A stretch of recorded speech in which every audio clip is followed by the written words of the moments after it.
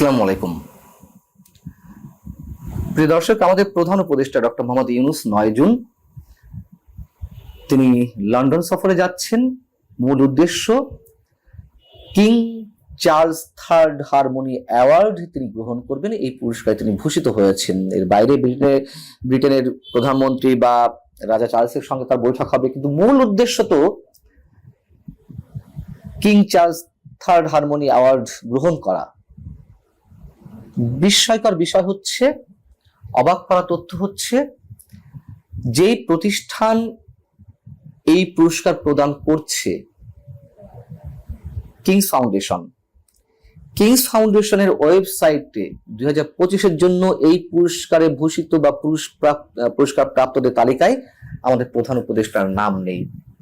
তার মানে তিনি এই পুরস্কার পাচ্ছেন না। তাহলে তিনি কেন যাচ্ছেন? কেন সরকার থেকে এই প্রচারণা চালানো হয়েছে?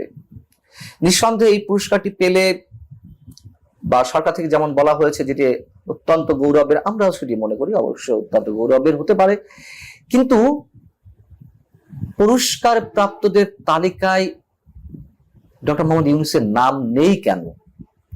আমি এই ওয়েবসাইটের লিঙ্কটি আমাদের চ্যানেলের কমেন্ট বক্সে দিয়ে দেবো, আপনারা যে কেউ ক্রস চেক করতে পারেন। কারা এই তালিকায় রয়েছেন তাদের নামও আমি খুব সংক্ষেপে বলবো, এবং সেখান থেকে আমাদের বুঝে নিতে কষ্ট হবে না যে ডক্টর মোহাম্মদ ইউনূসের নাম এই তালিকায় নেই। তার আগে একটু জানিয়ে রাখি যে কিং চার্লস হারমোনি অ্যাওয়ার্ডটি কি। 1990 সালে প্রিন্স অফ ওয়েলস প্রতিষ্ঠিত যুক্তরাজ্য ভিত্তিক যে দাতব্য প্রতিষ্ঠান কিংস ফাউন্ডেশন, তাদের পক্ষ থেকে এই পুরস্কারটি দেওয়া হয় বিশ্বব্যাপী টেকসই উন্নয়ন এবং মানবিক কাজে অনুকরণীয় কৃতিত্ব অর্জনকারী বিভিন্ন ব্যক্তি এবং প্রতিষ্ঠানের মাঝে। যেমন 2024 সালে জাতিসংঘের সাবেক মহাসচিব বান কি মুন এই পুরস্কার গ্রহণ করেছিলেন। এরকম আরো অনেকে গুরুত্বপূর্ণ ব্যক্তি এই পুরস্কার গ্রহণ করেছেন।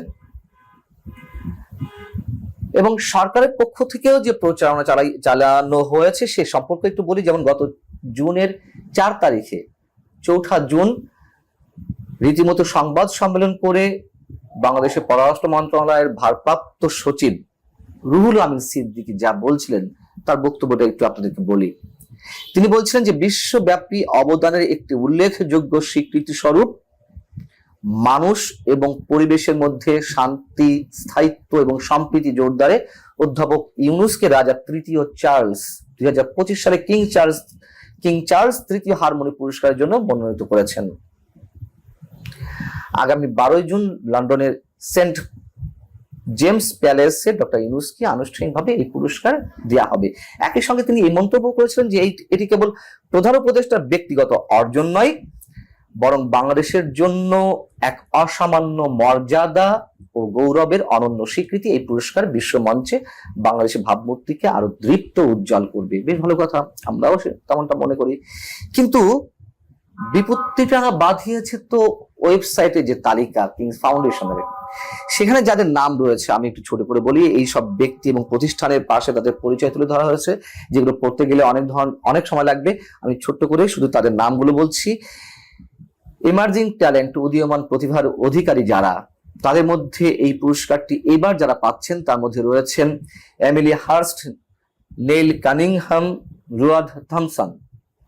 ইয়ং এন্টারপ্রেনার, তরুণ উদ্যোক্তা হিসেবে যারা পাচ্ছেন Barnaby Horn, Jacob Barrs, Emma Rose Allain, Beth সামারভিলে।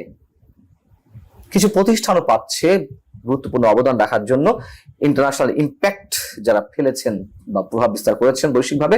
The fashion council Germany, the Akuji residency, the commonwealth association of architects. জনমত গঠনে যারা কাজ করেছে বা অ্যাডভোকেট অব দ্য ইয়ার এই ক্যাটাগরিতে যারা পাচ্ছেন তাদের মধ্যে রয়েছেন Alex Loxton, Tony Singh, Patrick Holden. Community partnership of the year এই ক্যাটাগরিতে বেশ কিছু প্রতিষ্ঠান, মানে 3-4টি প্রতিষ্ঠান পাচ্ছে এইবার পুরস্কারটি। তাদের মধ্যে রয়েছে vibrant communication service, VCS, the Stephen Lawrence day foundation, Ashen Leak primary school. Corporate of the year এই ক্যাটাগরিতে যারা পাচ্ছেন তাদের মধ্যে রয়েছেন প্যাটাগোনিয়া, পুক্কাটি, স্কটিশ পাওয়ার একটি renewable energy company. Teaching award এই ক্যাটাগরিতে পাচ্ছেন ক্লডিয়া প্যানারন্ডা, ফন্টেস, সামান্থা বাকলে এবং রবার্ট ফসেট। ইনোভেশন, সর্বশেষ যে ক্যাটাগরি, ইনোভেশন ইন প্র্যাকটিস, এই ক্যাটাগরিতে পাচ্ছেন পাকিস্তানের একজন নাগরিক নারী উদ্যোক্তা ইয়াসমিন লারি তার নাম, যিনি সামাজিক ন্যায় বিচার, জলবায়ু পরিবর্তনে বিশেষভাবে কাজ করছেন। আরো একটি গ্রুপ রয়েছে জলবায়ু পরিবর্তন মানে এই ক্যাটাগরিতেই, টিমোরাস ব্যাস্টিস, আম্মার জিমান। তো আমি মোটামুটি সবার নাম বলেছি বা পড়েছি, তাহলে আমাদের প্রধান উপদেষ্টার নাম কোথায়? বিভিন্ন গণমাধ্যমেও এমন খবরও এসেছে, বাংলাদেশে নিযুক্ত ব্রিটিশ হাই কমিশনার গত 4 তারিখে প্রধান উপদেষ্টার সঙ্গে দেখা করে তিনি এই পুরস্কারের জন্য মনোনীত হওয়ার জন্য তাকে অভিনন্দন জানিয়েছেন এবং অন্যান্য অনেক বিষয়ে কথা হয়েছে। যেমন আমি ইত্তেফাকের একটি নিউজ পড়ি ছোট করে, যে বাংলাদেশে নিযুক্ত British high commissioner Sarah Cook প্রধান উপদেষ্টা ডক্টর মোহাম্মদ ইউনূসের সঙ্গে সাক্ষাৎ করেছেন। রাষ্ট্রীয় অতিথি ভবন যমুনায় গিয়ে তিনি সাক্ষাৎ করেন। সাক্ষাৎকালে হাই কমিশনার কুক সম্মানজনক কিং চার্লস হারমোনি পুরস্কার প্রাপ্তির জন্য অধ্যাপক ইউনূসকে অভিনন্দন জানান। এবং এই নিউজে বলা হয়েছে যে দ্বিপাক্ষিক নানান ধরনের স্বার্থ সংশ্লিষ্ট বিষয়, যেমন বাণিজ্য, বিনিয়োগ, বিমান চলাচল সংক্রান্ত সহযোগিতা, অভিবাসন এবং রোহিঙ্গা ইস্যুতে বা অন্তর্বর্তী সরকারের সম্পদ পুনরুদ্ধারের প্রচেষ্টা নিয়ে আলোচনা হয়েছে। আচ্ছা, এই নিউজটা সব জায়গায় একই রকম এসেছে। আমি ইত্তেফাক থেকে পড়লাম, অন্যান্য যে গণমাধ্যম রয়েছে, আমাদের পত্রিকা রয়েছে, সব জায়গায় একই ধরনের নিউজ। অর্থাৎ এইটি প্রধান উপদেষ্টার প্রেস উইং থেকে পাঠানো।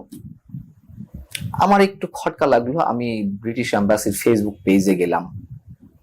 4 তারিখেই ব্রিটিশ এম্বাসির ফেসবুক পেজে, আপনারা নিশ্চয় দেখছেন, আমি স্ক্রিনশট দেখাচ্ছি, সেখানে লেখা রয়েছে যে British high commissioner Sarah Cook met with honourable chief adviser professor Mohammad Yunus today ahead of his UK visit.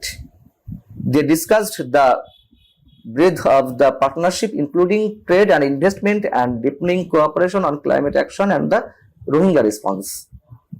এর মধ্যে কোথাও সারা কুক যে এই পুরস্কারের জন্য তাকে অভিনন্দন জানিয়েছেন এই কথাটি লেখা নেই। তাহলে প্রশ্ন হচ্ছে যে এত বড় একটি বিষয়ে যা নয় তা দাবি করা হচ্ছে যে ডক্টর মোহাম্মদ ইউনূস এই পুরস্কারটি গ্রহণ করতে তিনি লন্ডন যাচ্ছেন, কি হতে পারে? এটি আসলেই বিস্ময়কর, আমার কাছে আসলেই বিস্ময়কর। বিষয়টি কি এমন যে ডক্টর মোহাম্মদ ইউনূস যে প্রতিষ্ঠানগুলো এইবার কিং চার্লস হারমোনি অ্যাওয়ার্ডের জন্য মনোনীত হয়েছে, তার কোনো একটি সদস্য, তার কোনো একটি উপদেষ্টা পদে রয়েছেন, তার কোনো একটি মানে এই কমিটিগুলোর যে কোনো একটি জায়গায় রয়েছেন এবং তাদের পক্ষ থেকে ডক্টর মোহাম্মদ ইউনূস পুরস্কারটি গ্রহণ করছেন, বিষয়টি কি এরকম? হতে পারে, অস্বাভাবিক কিছু নয়। যদি তাই হয়ে থাকে তাহলে পুরস্কার তো তিনি পাচ্ছেন না। তিনি যদি নাই পেয়ে থাকেন তাহলে মানে পুরস্কার তো ওই সংগঠন বা ওই প্রতিষ্ঠানটি পাচ্ছে, সেটি তো বাংলাদেশের পক্ষ থেকে আমাদের মানে গৌরব জানানোর কিছু নেই, বা ডক্টর মোহাম্মদ ইউনূস ব্যক্তিগতভাবে পাচ্ছেন না, বা দেশের জন্য তিনি এই পুরস্কারটি বয়ে নিয়ে আসছেন না। কেন এই ধরনের প্রচারণ? এবং তবে এটি তো আমরা জানি যে ডক্টর মোহাম্মদ ইউনূসের বিভিন্ন সফরকে, এই 10 মাসে 10টি সফর তার হয়ে গেছে। বিভিন্ন সফরের মধ্যে যেগুলো রাষ্ট্রীয় সফর নয় সেগুলো রাষ্ট্রীয় সফর বলে চালিয়ে দেওয়া হয়েছে তার প্রেস উইং থেকে। বিভিন্ন বৈঠকে যে কথাবার্তা হয়েছে যা নয় তাই প্রচার করা হয়েছে তার প্রেস সচিবের পক্ষ থেকে বা প্রেস উইং এর পক্ষ থেকে। কেন এগুলো প্রয়োজন? কোনো প্রয়োজন নেই। এগুলো করতে গিয়ে ডক্টর মোহাম্মদ ইউনূসকে ছোট করা হয়েছে। এবং এইবারে যদি এটি হয়ে থাকে, আমি জানি না, আমি এখনো নিশ্চিত নই যে বিষয়টি আসলে কি, কিন্তু তালিকায় তো নাম নেই। তিনি যে ক্যাটাগরিতে পুরস্কার পেয়ে থাকেন না কেন, যদি সত্যি সত্যি পেয়ে থাকেন তার নাম কিন্তু থাকবে, কেন তার নাম নেই? আমি চাই আমার বিশ্লেষণটি ভুল হোক, আমি চাই আমার ধারণাটি ভুল হোক, আমি ছোট হতে পারলেও ডক্টর মোহাম্মদ ইউনূস যেন ছোট না হন। আর যদি তাই হয়ে থাকে তবে নিঃসন্দেহে বিষয়টি আমাদের জন্য যথেষ্ট বিব্রতকর, যথেষ্ট অবমাননাকর। যা নয় তাই প্রচার করা হচ্ছে। এবং আপনারা জানেন যে এর মধ্যে ডক্টর মোহাম্মদ ইউনূস সেখানে সফর উপলক্ষে আগামী 12ই জুন সেখানকার বাঙালি কমিউনিটির সঙ্গে যে মত বিনিময় এবং নাগরিক সম্বর্ধনা আয়োজন করা হয়েছিল, একটা উদ্যোগ গ্রহণ করা হয়েছিল, সেটি বাতিল করা হয়েছে এই কারণে যে ডক্টর মোহাম্মদ ইউনূস এই যে অনুষ্ঠানটি হবে তার দায়িত্ব নিজেই নাকি দিয়েছেন সেখানে অবস্থানরত বাংলাদেশি শাহগীর বক্ত ফারুক। শাহগীর বক্ত ফারুক যখন সবকিছু অ্যারেঞ্জ করলেন, যে ভেন্যু তিনি নির্বাচন করলেন, সেই কমিউনিটি হল বা মিলনায়তনের পক্ষ থেকে নাকি বুকিংটি ক্যান্সেল করা হয়েছে। কারণ হিসেবে দেখানো হয়েছে যে ডক্টর মোহাম্মদ ইউনূসের নিরাপত্তা ঝুঁকি রয়েছে। আবার এই যে শাহগীর বক্ত ফারুক, তিনি ডক্টর মোহাম্মদ ইউনূসের খুবই ঘনিষ্ঠ লোক, খুব ঘনিষ্ঠ ব্যক্তি না হলে তো তার উপরে দায়িত্ব দিতেন না, নিজেই নাকি তাকে দায়িত্ব দিয়েছেন যে এটা তুমি করো। এই শাহগীর বক্ত ফারুক আবার আওয়ামী পরিবারের সঙ্গে ওতপ্রোতভাবে যুক্ত। তার বাড়ি সুনামগঞ্জে, আরো অনেক পরিচয় রয়েছে, সেগুলো আমি নাই বললাম, কিন্তু ক্যান্সেল করা হয়েছে। মানে তার এই সফরকে কেন্দ্র করে ডক্টর মোহাম্মদ ইউনূসের এই ব্রিটেন সফরটি বেশ তুলকালাম কাণ্ড ঘটিয়েছে এরই মধ্যে, যা যা খবর আমরা পাচ্ছি। আমি আবারও বলি, আমি কিংস ফাউন্ডেশনের ওয়েবসাইট থেকে যেই তালিকা পেয়েছি, আপনারা নিজেরাই ক্রস চেক করে দেখতে পারেন, তার কোথাও কোনো নাম ডক্টর মোহাম্মদ ইউনূসের নেই। যদি বিশেষ ক্যাটাগরিতেও তিনি এই পুরস্কারটি পেয়ে থাকেন, তাতেও তো তার নামটা অন্তর্ভুক্ত হওয়ার কথা, কিন্তু নেই। আর যদি সত্যি সত্যি তিনি এই পুরস্কার না পান, তাহলে এই ঢাকঢোল পেরানোর কি অর্থ থাকতে পারে আমরা অনুমান করতে পারি, কিন্তু আমাদের জন্য তা নিঃসন্দেহে অপমানজনক।